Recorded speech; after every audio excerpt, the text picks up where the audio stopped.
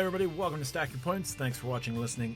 And this is the Friday Q&A segment. So your questions, we answer them, sometimes up to an hour, sometimes it creates its own episode in and of itself. So if you have questions, always feel free to drop them on the YouTube channel or email us at stackyourpoints@gmail.com. But we hope you enjoy this week's Q&A session.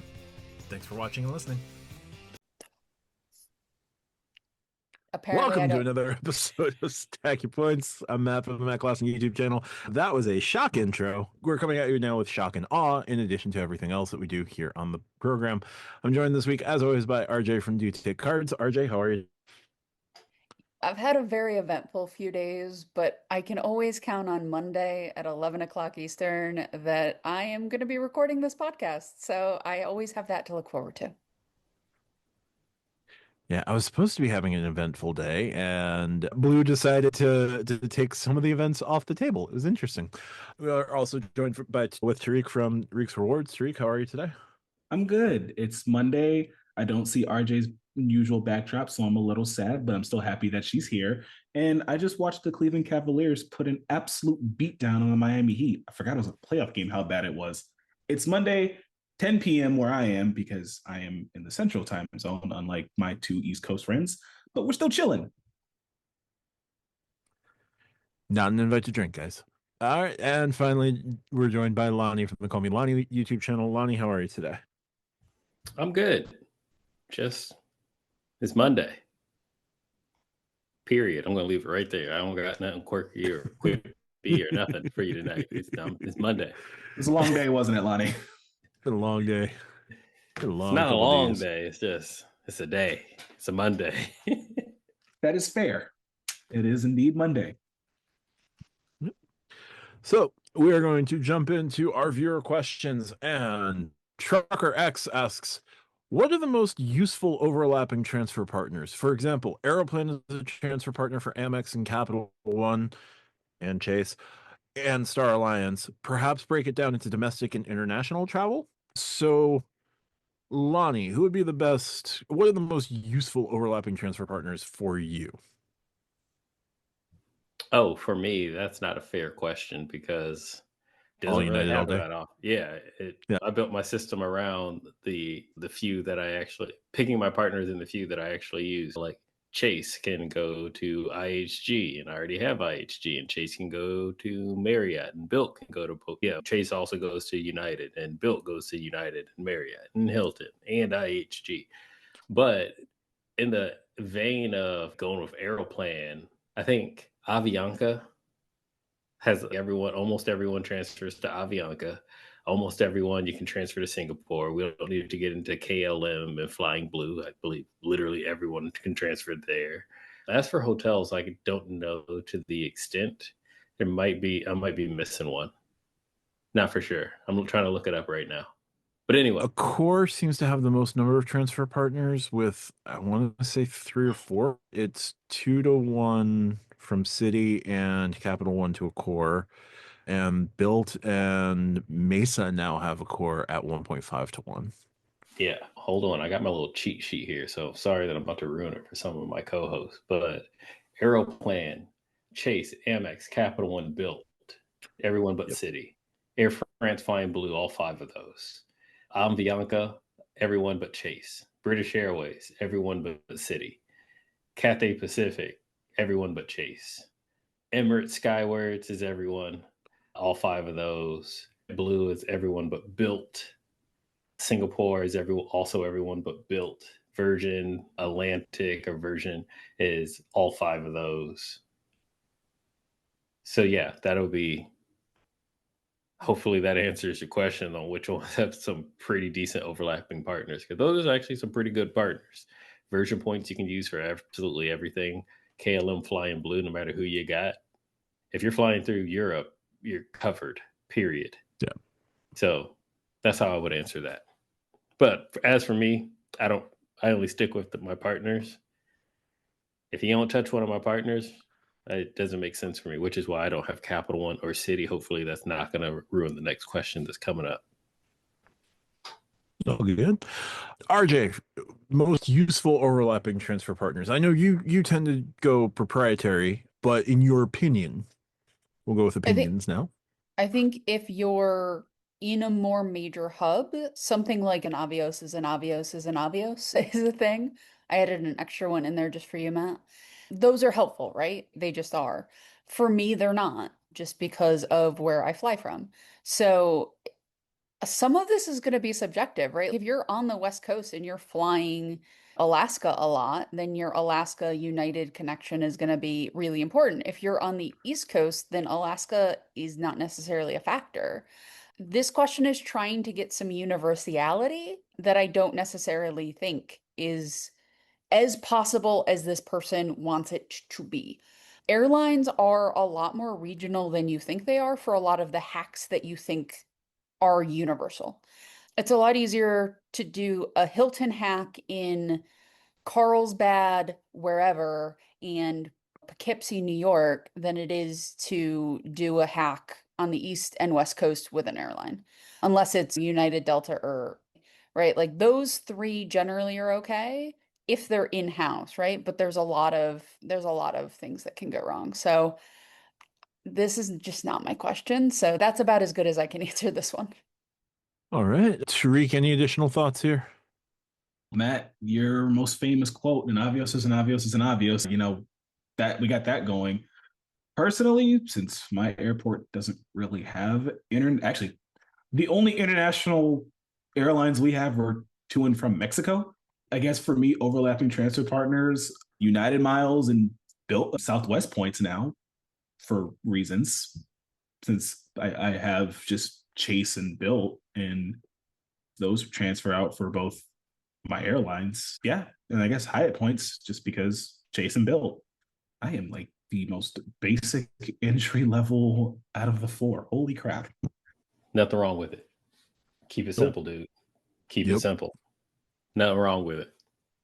Yeah, I think overlapping transfer partners, it's going to depend on, in addition to your partners in general, it can also depend on your airline, your alliance of choice, and like where you're looking to travel to.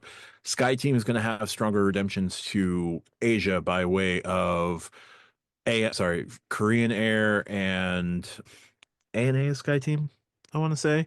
But you also have I Vietnam thought Air. what is that SkyTeam? ANA, ANA was, I thought they were no, ANA is Starlines. Star Alliance. Sorry. Star Alliance can also work with Asia, but depending on where you're looking to fly to, right? And depending on what that nation's premier carrier can be, that will play into what alliance works best. If you have a lot of Star Alliance options, Air Canada Aeroplan points, always good to go. Amex, Capital One, Chase, it's pretty much everyone but Wells Fargo. If you're looking to fly to Europe, KLM is really strong. Virgin can be really strong.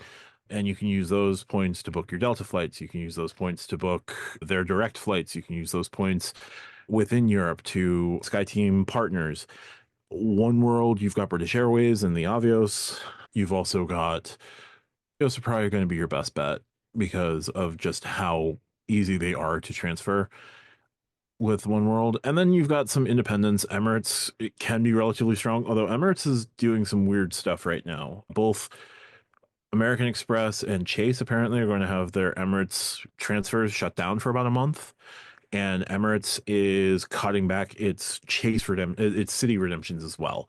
So don't know what's happening with Emirates at the moment, but they're not in an alliance. Etihad, I don't think, is in an alliance. So some of the Middle Eastern carriers can also be good with all of the partnerships that they have that are alliance independent. And then you'll have some airlines like JetBlue that can be good for some transfers and point bookings, but it's not nearly as good as an alliance partnership. The Star Alliance, Aeroplan is going to be your best bet. Next best would probably be Avianca. One World would be Avios, and SkyTeam, probably KLM, just because of all the options that you get for transferring with KLM. And yeah, for the big three, though, those would be the airlines I would use if you're going through bank partners. Independent airlines, hit or miss, depending on which ones you're using. So thanks, Trucker X. We'll move to our next question. It comes from Jason, who says, the Thanos Snap happens, and instead of wiping out half the population, this is way more humane, One bank that issues credit cards is no longer. Each of you pick one bank between American Express, Chase, Citi, and Capital One, and figure out how the remaining banks respond to fill the void created by the bank that is snapped out of existence. Tariq, I'll go to you first.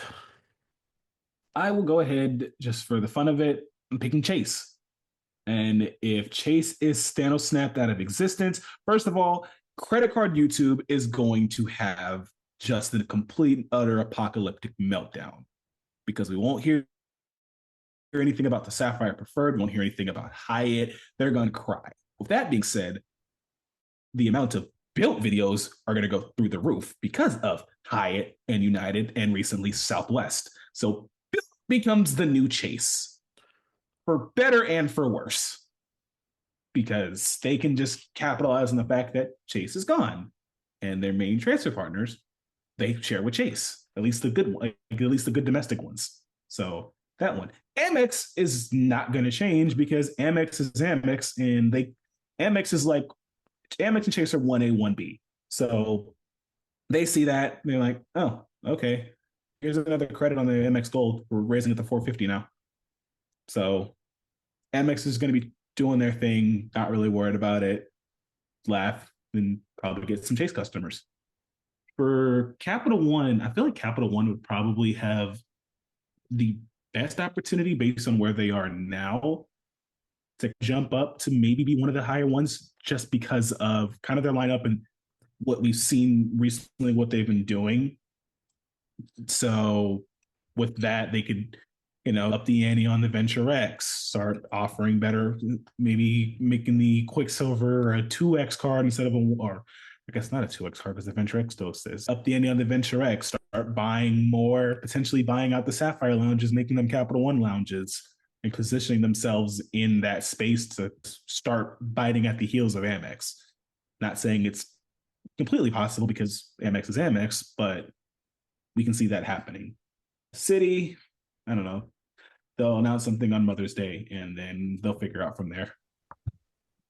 And Wells Fargo is doing their thing. Strata Elite comes out and they'll start maybe kicking Citi to the curb. Okay. Lonnie, which bank is getting Thanos snapped in your scenario, and how do the others respond? Man, I got a 50-50 shot. They're literal Thanos snap that it lands on Capital One or Citi. And if it does not, I'm having a bad day tomorrow. Yup. If it does, oh man, Citi's gone. I'm like, really? All right. Oh cool. man! All right, custom cash is useless. Yeah. Oh. What are we eating for dinner? Costco's gonna go back to Costco's gonna come crying to Amex, be like, "We're sorry. We'll take you back. We'll take us back, please." If it's Citi doing the Tom Holland thing right before he disintegrates, like that's not so bad. But if it's Chase, I wouldn't even say it was a Tom Holland thing. I would say it's a Chadwick Boseman thing where it's just, hey, get up. Oh, you gone? All right. all right. Rest in peace, Yeah. Chadwick Boseman. Very much. He's literally one of my favorite actors. I was so sad to hear of his loss, to hear that he passed. But anyway, what would happen if Citi or Capital One? I think Citi would probably be the worst out of the two because Capital One, even though I don't use them, I'm not going to say that they're bad. I know a lot of people that use them, and a lot of people that speak highly of them and get a good amount of value out of them, which is great for them. Neither here nor there, but great for them. Whereas I don't hear about the big hacks, tricks, stacks, value that people get out of Citi outside of their cash cards or cash back cards. Or I can get 3 or 4 of these and go to the grocery store with them and stack that way. Like, also, if that's what you do, good for you. I got friends and other creators in this community who I call friends that do that as well. My point is, it doesn't do any jack squat for me. So if one of 2 of those were gone, I don't really see Chase or Amex picking up any additional space outside of actual applications, i.e., one of our competitors are gone. let's do a promo. Let's do some inflated offers. Let's put some referral codes out there, inflated referral codes out there to help get these applications. The reason why I say that is because if that was the case, why aren't they just doing that now and just eating their competition? And they're not. So I don't really necessarily see those two being that. I'm not going to say they're the biggest, but they are pretty big. They're the ones that, as Tariq said, credit card YouTube leans on the most. If they really wanted to eat Citi and Capital One, they could. They could just do it now without one of them having to be Thanos snapped away. So I don't really have a decent answer for this one, except for if it is going to happen, please be Citi or Capital One. Completely My poor fair. saver, no. It's fine. Oh, that's in my stacks. No. Life finds a way, Tariq, okay? Life finds a way. What part of I am entry level cookie cutter partners do you not understand? Like the Saber with my 3X Saber stack with StubHub, I live off that until it's the quarterly category for entertainment. You just snapped away Chase. Like you were never getting a United card if you snap away Chase. Hey, I was just doing it for the sake of the hypothetical. I would cry if Chase stopped doing credit cards. Like, I would just go back to cash. Let's go back to cash. At that point, I think United Thanos snapped you away. Like you don't exist. Come on, dog. Really? Damn. Yeah, you had first mover dilemma on that one. So is the Thanos Snap like the upgraded version of the corner? Like he doesn't even like his molecules can't even collect in the corner at that point? The corner of what?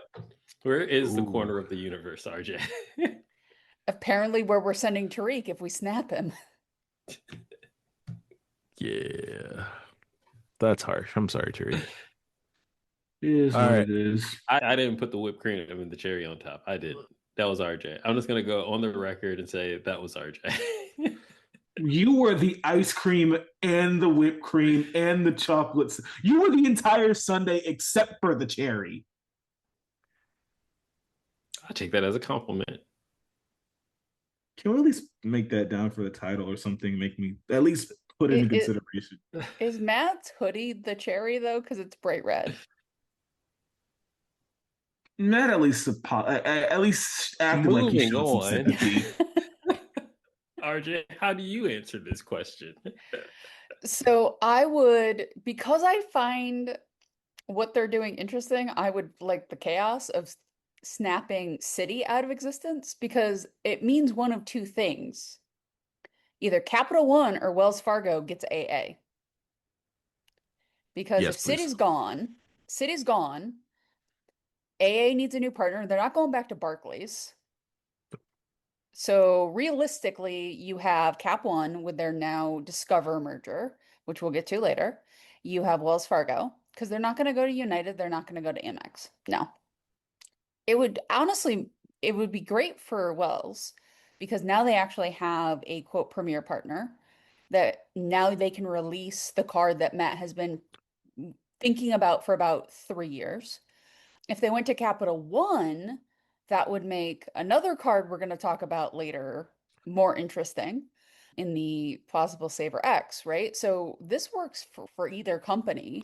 And I think their points earning in Cap One is pretty good if you hit the deals really hard. And I'm sure they can put some guardrails there if they were to get somebody like AA to tone that down a little bit. And then Wells has some good returns. The autograph journey can do some really good returns, but that is travel dependent, right? Like you can't earn just an absolute crap ton of points outside of certain things on the Attune unless you're actually traveling. With either of those, I think you're not going to get a custom cash in the Wells Fargo logo, right? So it makes it a little bit easier for AA to go with either of those partners. So I think either one of them taking AA could be really exciting. And I also Citi is not an issuer I enjoy for some of their shenanigans. So I would like to see that happen. So y'all are gonna let me Thanos snap Amex. I feel like that's fitting. Yeah. So if I'm Thanos snapping Amex, Chase and Citi are dropping their premier big three airlines like a bad habit. Like the deal isn't even completely signed with Citi between Citi and American Airlines. Citi would just say, "I know it's been 38 years. I'm sorry. It's not you, it's us. We got to go get Delta." Capital One would start every bank would just drop everything to get Delta as a transfer partner. Not because Sky Miles are infinitely valuable. They don't care about the Sky Miles. All of those banks want that spend. And if it means that Chase has to get rid of United, sorry, Lonnie, they're going to try to get Delta. If Citi wants to get United, I'm sorry, if Citi wants to get Delta, sorry, American Airlines. It's been 38 years. It's been a nice run, but biggest kid on the block is here. We got to go try to get that. Same with Capital One, same with Wells. All of them would pony up so fast to get American Airlines. Now, Hilton could go back to Citi. Chase kind of becomes the premier like dining option. Capital One is right there. Citi's right there at 3X. One of them will move up to 4 with a card. Which card it would be, I don't know. Does it matter? Not really. But one of them will move up to 4 for 4X dining, 4X groceries. One of them will, you've already got Wells Fargo with a sort of facsimile of the green card. The autograph would probably get an annual fee if the green card didn't exist. Wells comes in with the Signify as a nice replacement for the Blue Business Plus, and it's uncapped.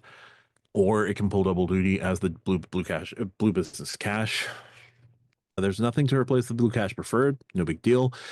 Then the question is, which of the other remaining banks puts up a card that is like the Platinum?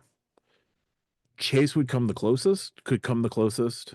Capital One would have to do some serious upgrades to the Venture X. And then it would be really incumbent upon Citi or Wells Fargo to put out a premium card. No Amex creates a free for all across the board. Hilton would probably just go back to Citi though. Marriott would just go back to Chase completely. And then I don't know what they do with the rest of their transfer partners. There really aren't any other ones that are super unique. And then somebody's going to create a gold card. Wells can slap an annual fee on the autograph. And somebody's going to try really hard to copy the Platinum. You know what, with American Express, honestly, would be the biggest bloodbath in the entire thing. Delta, I agree. But the space for the Centurion lounges, like the actual physical space in those airports, Yeah. they're gonna send interns with like baseball bats. Like every bank is going to like give flags and baseball bats to interns to like physically hold those locations until they can. Claim the Centurion Lounge in the name of Citi. Do you have a Chase flag? Chase is gonna buy the club and then go take care of the Centurion lounges Yeah. after that. Because those like Amex has that head start over the other banks because partly of location. And that would be, I think, almost as valuable as the Delta partnership of just those locations being able to take over those like 26 or so locations.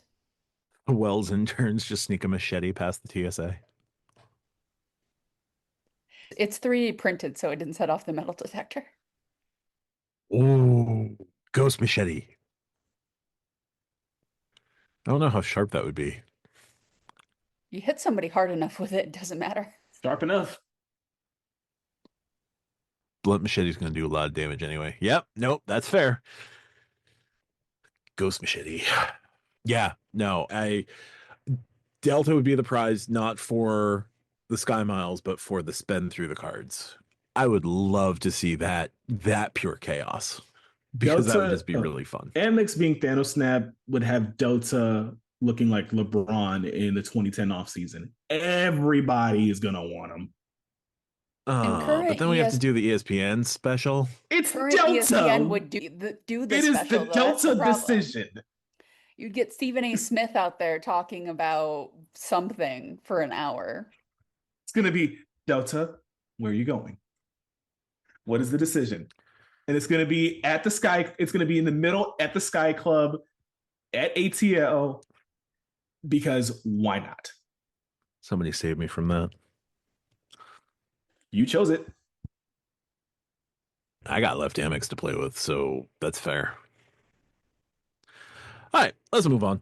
Our next question comes from Spathco, who asks, there are some interesting long-term plays in this game. Examples might be getting one of the Chase Marriott cards to product change to the Ritz after a year, or timing Southwest card applications to secure the companion pass, or at the extreme, running 7 figures of spend through a platinum card to fish for a Centurion invite.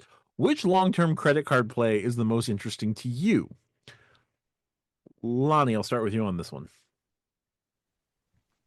Yeah, I don't think I have a long-term credit card play because I'm not a huge product changer. I'm not a churner. I'm not really a switcher when it comes to my partners. I think my longest credit card play is my student card that just won't get canceled and just keeps assisting my credit score. I do not have really good viewer question answers tonight. I'm slipping a little bit, guys, and I get a pre-apology just out there, just a presumptive my bad. I'm not bowing out, but when it comes to some of the long-term plays, like I understand it. I do.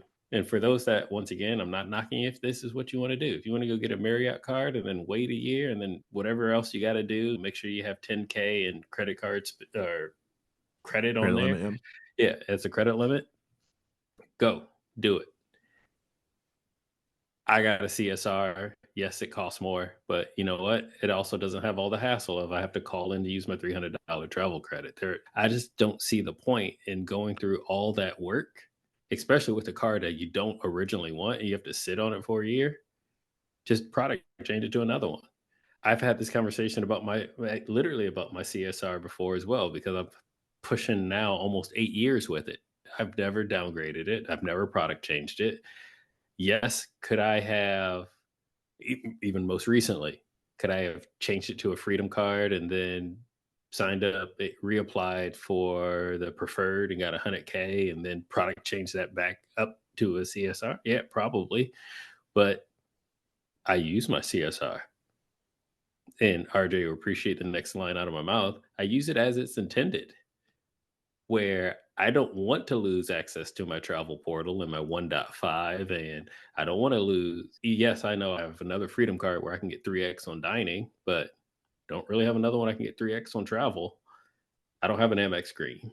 And so for me, it's if I were to even get rid of that card, even for a short amount of time, I might lose value in the next trip I need to book for my personal side. Or even on the business side, if I get to use my personal card and that's the card that I choose to use. And at the same time, what happens when Amex Chase denies me? So I got rid of my ride or die card, and then they're like, you can't come back. What if they Amex pop-up jail? You get the little message that says, you know what? We don't like your history with what you do with credit cards. We're not giving you this card. And then I just shot myself in the foot. Or it's simple enough, which happens most often. I'm over 524, and then I can't even get it back. Nah, I'm okay. I'm okay. And I know most people would be like, if you product change it down to a Freedom card and then you went back and they denied you, you can product change it back up. That's also more work. That's a couple hours out of my day where I could be doing something better. So I'm just not into the transitioning of a long term game. My long term game is find out what works for you and stick with it. Like I have a committed relationship with my strategy, and my cards are part of that. So once again, I already pre-apologized. I just don't have a really good answer for this one tonight. I just don't see value in it personally for me. Y'all go do you though. I'm not your daddy, not your mama. I'm not your financial advisor. I'm a guy on the internet. And don't forget that, please. It makes sense. RJ, what is the most interesting long-term play to you? None of them. And I say that because personally, none of the long-term plays make any sense for me. Yeah, if I had 7 figures to put through a platinum, sure. But guess what? I don't have 7 figures a year to put through a platinum. If I did, then that would be a different story, right? But you don't get the Centurion card because it's a good credit card. You get the Centurion card because all of your friends have Centurion cards if you're making 7 figures and you don't want to be the person left out at the club. So that card isn't really anything more than a status symbol to the people who can get it. I don't stay at Marriott. And I think because it's a year-long commitment, like people value the Marriott card higher than somebody like Key, who really uses that card to the fullest extent of its ability. But most people who are trying to get that card are not actually going to do that. They want it because it's hard to get. And that scarcity drives up the value in their minds. But a lot of these long-term plays are, I think scarcity is why, right? The one I do understand is get a Hilton Surpass, spend $15,000, get your free night certificate, upgrade to an Aspire, get a free night certificate, have two free night certificates, go on your anniversary weekend trip with two free certs to Waldorf or whatever, right? Like that one makes sense. I don't want to do that, but that one makes sense, right? So that one I get, that one will take a little bit of time. But I think a lot of them, people do them because people on the internet have said you can do this thing. And they're like, oh, if it's hard, it has to be worth it. Guys, just because something is difficult to do doesn't mean it's worth it for you to do that thing. Like sometimes it's hard because you probably shouldn't do the thing and they're trying to dissuade people from doing it because it's not actually going to benefit you and it's not really going to benefit the bank either. Like sometimes just not worth it. And I think that is often overlooked in these sort of long-term plays. Do I think for some people, if you're a hardcore Marriott person who will use those benefits, go for it. Should they just open the cards to applications? Yes. But, what do I know? Thanks That's for fair. making me feel not alone, RJ. As soon as you said your answer, I'm like, oh, good. Lonnie and I agree this week. All right. Tariq, any interesting long-term plays in the credit card game to you, or Sorry, Spaceco. None of them really. I, for a brief moment, thought about the companion pass, but then I thought about like the effort that I would have to put in just to get the application for the personal card and then time that with applying for the business card. And that's assuming Chase even says yes for one of them, let alone two of their co-branded cards with my already previous history on a co-branded airline card. But aside from that, companion pass is cool, but having to do that cycle like every 2 years, even if I time it right and get companion pass for 2 years, it's a lot of effort. Realistically, and I would have to honestly travel a lot to try to make that worth it. And even then, I'm still paying for my own flight. I'm still paying for my flight, whether it's cash or points. Yeah, it's 50% off because I fly with my partner all the time, but I think I just fare better just paying for the flights that I take. Yeah, no, none of them really. I mean, if I ever want to go cash back, I guess that long term play would just be preferred rewards. That's moving all of my accounts to Bank of America and Merrill Lynch, which again, no thanks. There's three of us that are basically like, nah, none of the plays don't work out for us. so here's why I would say that the fishing for a Centurion invite is the most interesting. Looking at all of the statuses that the Centurion card gives you, right? You have to spend X number because X is always a variable that is dependent upon what Amex thinks of you as the platinum card holder doing the spend. And they're aware of what you're worth it, what your net worth is. They're aware of how much spend you're putting through the card, how much you're able to maintain your status as a platinum card holder. You spend a lot of time with your platinum card and spending on your platinum card to maybe get a Centurion invite. The status is associated with it.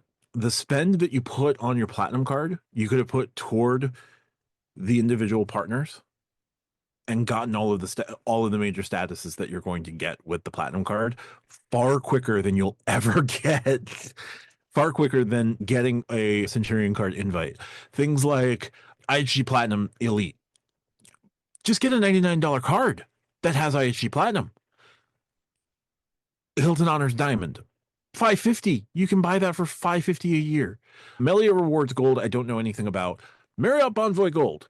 The $15,000 in the first year credit card from American Express that you then have to spend an additional $5,000 every year to maintain only gives you Marriott Bonvoy Gold.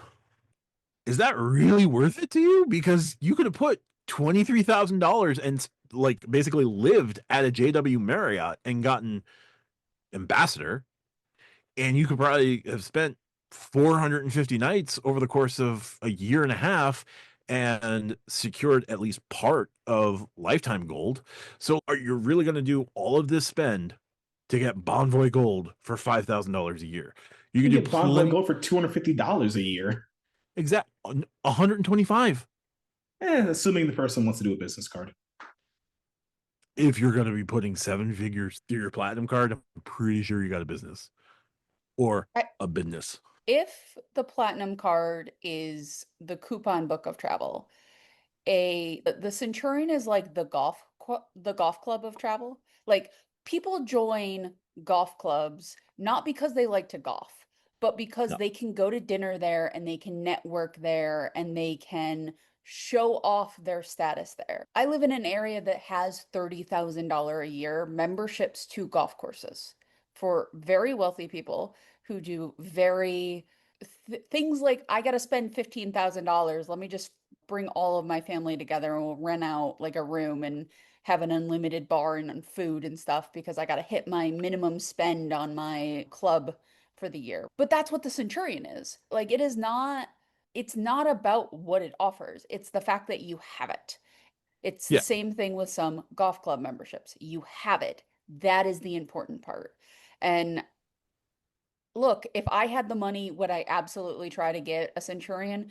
You bet your bottom dollar. Like immediately, if I win the lottery, the thing I am going to do is use no other card except for my platinum, just purely so I can try to get a Centurion. Like, sure. But like a normal person, even a well-off normal person, no, guys, no, it's okay. Fun fact, if you're putting 7 figures to spend on a platinum card so you can get gold status, hey Dingus, you have a platinum card. You already have gold status. At least for There's Marriott. that too. There's that too. I mean, I've held a black card. Like, yes, it's a very weighty card. It's a very nice feeling credit card in the hand. Doesn't get you anything. Like, the only thing on the black card that I would be even remotely interested in would just be sorry, Tariq, stop it. The only thing that I would even remotely be interested in would just be the concierge service attached to the Centurion card. Everything else, like the spend that you do to get an invite to the card, you could have just focused on those brands and gotten all of those statuses attached. Like it's it is a status symbol. I understand that it's a status symbol. I get that. But while a good feeling card in the hand, like it's just another card, guys. This is why you will never be part of the 1%, Matt. This is the sole reason you will never be part of the 1%. The one and only reason. If you That and I want want to burn the 1% to the ground. if you want a nice feeling black card, you can get one for no annual fee. Yeah. Simple. I would just like to point out that Stack Your Points podcast does not condone violence for I've legal always reasons. seen I've always seen the Centurion black card as the dog chasing the card. What do you do when you actually get it? Especially the people Exactly. in this community, especially the people in this community, and that's because think of someone like myself, and I've said this openly. I don't have a black card, never got there, and I, like RJ said, I never had. I'm not going to say I got like millions of dollars, but in the tenure of my life, millions of dollars have passed through my hands and wallet. We can all agree with that. After a certain amount of time, you've had $1 million. You probably don't have it anymore. You probably don't have it Nope. today, but you've had it if you added all of the money you've earned. But the thing is, the way that I use my cards and the way that I want to earn my points, it would literally take the lottery for me to throw all of that away and just be like, great, I got one card that I'm just going to use forever. And this brings back the platinum card, which, as we all know, doesn't really earn jack diddly. Nope. So why would I want an even more expensive card that earns jack diddly? Just to say I have it, one, it's great if you live in an area where if you drive around a Lamborghini, where people can say, "Ooh, that's a Lamborghini." Like my hometown, the cornfields of Illinois, where I was actually born. When you see a Lamborghini, you're like, "That's pretty cool," because you've probably never seen one before. But if you're someone that grew up in Los Angeles or Miami, and someone's like, "I got a Lamborghini," it's like, yeah, there's 6 of them parked outside. Not that big of a deal. But the point that I'm trying to make is once I have this black card, it means nothing unless someone sees me with it. And I don't think very many of you have ever met me in person. So what am I going to do with it? Put it in my black wallet inside of it? Is I'm just being real here. If you got the coin, if your last name is like a Kardashian or you play in the NBA, I understand. I get it. But if not, I if you're not doing it organically and organically getting that invite sent to you from Amex, don't go chasing that car. Do not go chasing that car. But once again, I am not your mama, your daddy, a financial advisor. I'm just a guy on the internet. You can do whatever the heck you want with your life. So there we are. Make your money, spend your money, but come on, there's better things to spend your money on. Just pay your taxes and stay out of my way. That's all I ask. That's all I ask. And use your turn signals. I don't ask for much, folks. I literally don't ask for much. Asking for turn signals? You're asking for way too much. Yeah. Standards you have, sir. Also, former barista that's how I handled the Centurion card. Nobody cares. Somebody used their Centurion card to pay for Starbucks? Oh yeah. Was it was it for a $6 drip coffee? No. When I say Matt and I live in very different parts of New York, this is what I'm talking about. Oh yeah. Oh yeah. Yeah, when I was living and working in downtown Chicago, I saw black card. The first time I saw one, I thought it was pretty cool because it was the first time I saw one. The second time I saw one, which was the exact same day, I'm like, It was literally that fast. Literally that fast. It was the same customer, but they would come in all the time and love this customer. He's awesome. His wife was awesome. Great customers, but like the black card was just what it was. It was just like, okay, cool. I didn't realize the significance of it at the time. And then looking back at it, it's like, I wasn't that impressed. And it's thick too. It's a thick card. It is a thick card. It is real thick. You know what? We're going to stop right there. And we're going to move on to our next question. Before we keep going back and forth on that one. I want to ask, is it really a thick boy? You know what? Great segue into our last question. Which comes from Thick Boy. Man, if we had an ad read that was as smooth as that. Thick Boy asks, each of you has a different preference as to which points ecosystem you want to primarily earn in for redemptions. Aside from adding the obvious transfer partner, Lonnie, United, Tariq, Hyatt, RJ, Delta, and Hilton, Matt, JetBlue, maybe? What would Wells Fargo need to do to their cards rewards program for them to become the preferred ecosystem in your wallet? Like, for example, if they added a grocery category or made built points interchangeable or something of that nature, would that be enough to entice you to their ecosystem? So Thick Boy is asking us collectively, what's Wells got to do to get your business? Now I'll turn to Tariq for the first answer on this one. Thick Boy, you put it into the question. If Wells Fargo points were exchangeable one-to-one to built points, I would get the active cash, the autograph, and the attune within the next week because it covers everything that I need. I would have all the spend, and at this point, I wouldn't even use Chase anymore because I would just be full-on Wells Fargo built. I would take Wells Fargo from Matt with how obsessed I'd be over that card or that ecosystem. Simple Just as so that. you know, you can only earn bonuses every 6 months, apparently. I don't give a damn about the bonuses and have the spend categories for it. It's fair. If I was worried about the bonus, I would have said the autograph journey. Also fair. Yeah, those bonuses on those no food cards aren't really worth it. Lonnie, I know they're not your card ecosystem of choice. I know they're not really on your radar that much, but what could Wells do to put a Wells Fargo credit card in your wallet? That's not a built card already. It's not a built card. Yeah. I think in the question was a very unique answer of making them interchangeable with built points. I think that'd be something that would be heavily enticed. Except for built just nerf the travel portal the way that my built points have an exit strategy, the primary way that is.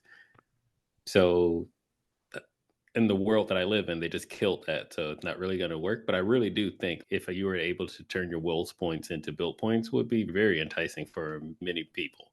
Other than that, I can't really say. Add a grocery category. Eh, not.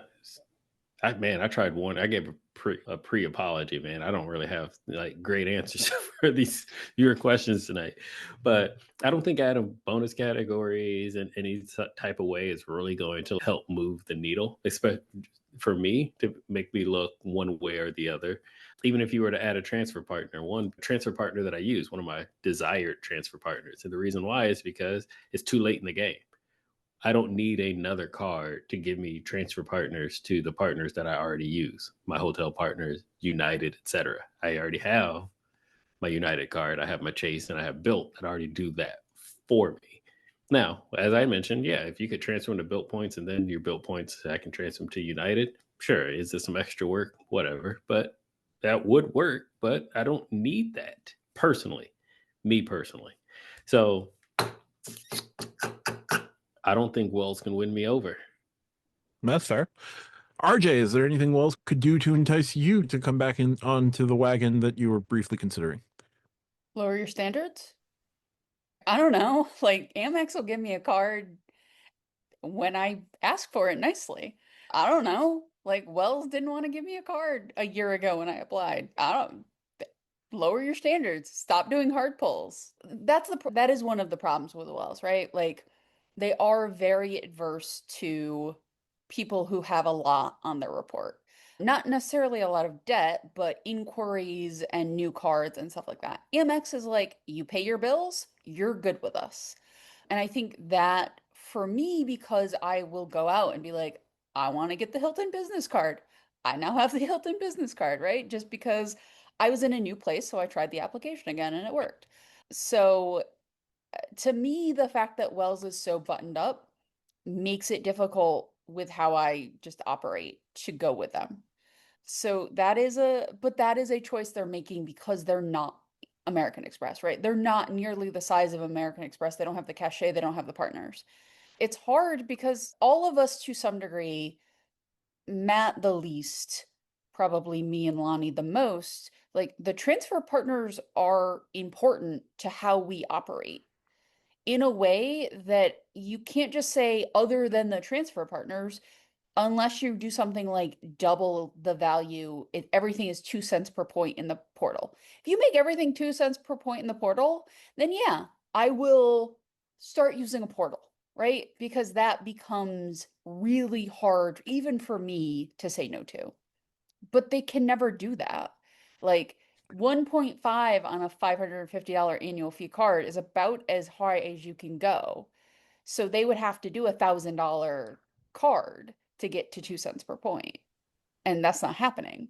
So it's one of those things where if you bring over Hilton and Delta, yeah, sure, I'll jump in. You won't want me though for a while, which means I'm going to either have to change partners or just do everything in cash and not care about points as much. So it becomes this thing of taking partners out for a group and a bunch of podcasters who care about partners is a really hard way to ask a question. I understand why you're asking it. I'm not saying it's a bad question. I put this one in specifically because I thought it was an interesting question. But it's hard when at least two and a half of us are really into transferring and not using the portal as much. It's fair. And then there's Matt. And then there's me. I am just a special snowflake of this podcast because one, I'm already deep in the Wells Fargo life. Like I have 4 Wells Fargo credit cards. I am the only YouTuber with 4 Wells Fargo credit cards. I can tell you that much right now. There is no other YouTuber with as many Wells Fargo cards as I have. Some might have 2. There might be someone who's ashamed to admit they have 3. But usually it's, oh, I got the autograph and I'm good. No, I am him. Signify, autograph, attune, Active active cash. cash? Yep. So the Um, Matt's answer is, what would Wells Fargo need to do to make them preferred ecosystem? Just look at them. I'm already there. Like, Wells is a complementary ecosystem at the moment. Yes, they need to keep adding more transfer partners. It's been way too long since they added Virgin to make them my preferred ecosystem. They're already like one of my preferred ecosystems. Like, it's Chase and it's Wells Fargo.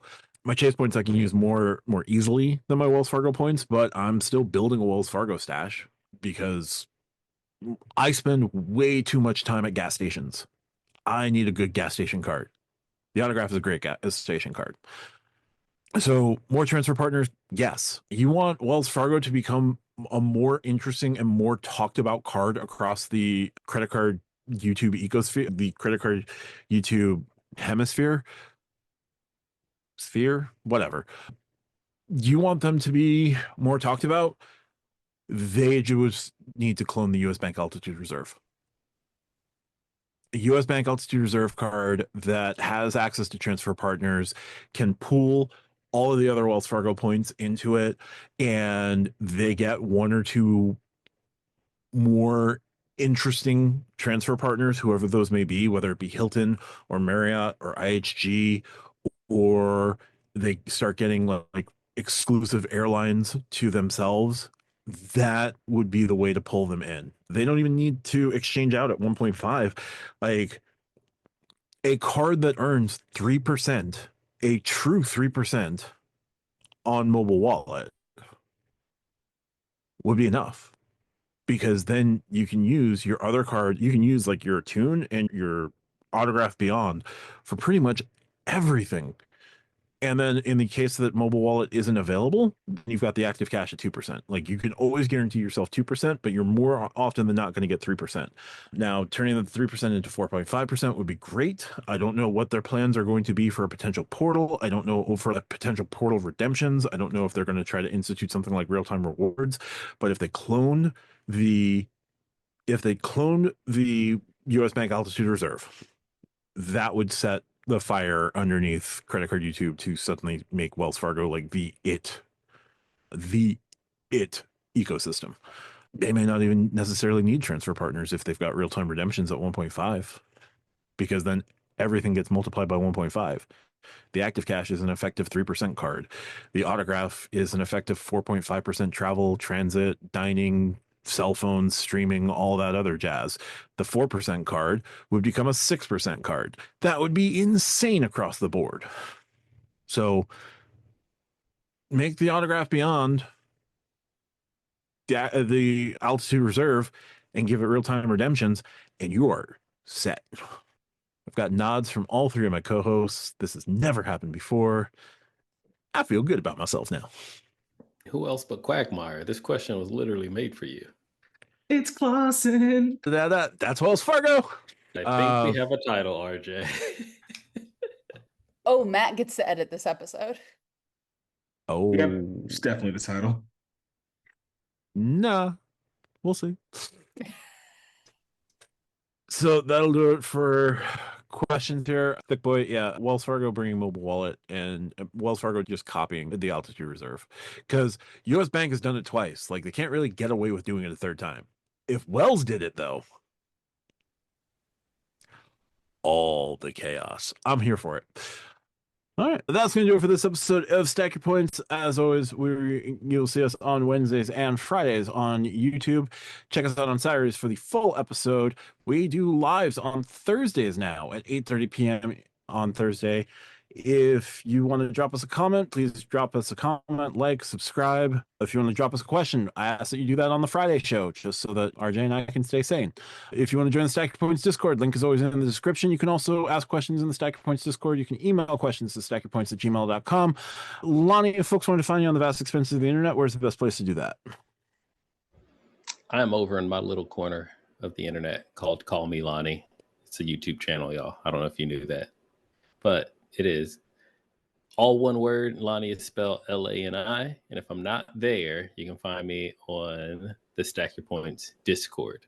And if I'm not there, I am traveling or on vacation or something, and I will return your message after the beep. I did not beep. There is no beep.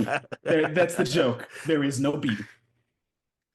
You call him Lonnie, Lonnie does not answer. Anyway, I'm walking in the spider webs. Tariq, if we want to find the vast expenses of the internet, where's the best place for that? You're going to have to get the Infinity Gauntlet and snap me back into existence to find me. But aside from that, you can find me in the Stack Your Points Discord and YouTube at Rick's Rewards. I said that for a reason, Lonnie. I don't want to hear it.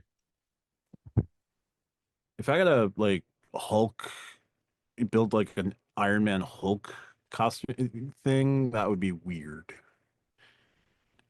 If I got Tony Stark money, I'd be fine. Where you're gonna find Tariq in the corner, because this video, man, we're waiting. We're waiting. I'm waiting. I'm holding them back. I'm holding them back for you, dude. I'm holding them back. I said that for a reason. I'm just going to say that. All right. I'm with you. I'm on your side here. Before I let the zombie horde come rip this video out of you. Hey, as long as it's not Chicken Jockey, I should be okay. It's nothing but a collection of Citi dividend cards just knocking on the door. Okay, that's terrifying. All right. Hold it back, Lonnie, please. Chase is going to give you the Freedom Rise, and that's the only card they're ever going to give you again if you don't put out a video soon. Man. Oh, RJ's putting hexes out now. Fun fact, when I hit the wallet thing in my Chase app and I go to add more credit cards, they show me the Freedom Rise and the Slate Edge again. So Chase doesn't think very highly of me at the moment. That makes two of us. Yeah. I won't tell you the other cards that are in there as well. RJ, best place to find you here on the vast expense of the internet. You can find me in the Stack Your Points Discord and asking Matt, was it the Disney card? No. I think I know what card it is. And you can say it. It's not, it can't hurt any more than what Lonnie's already done to me. Oh, no, it's just the World of Hyatt card. Bad cards all around.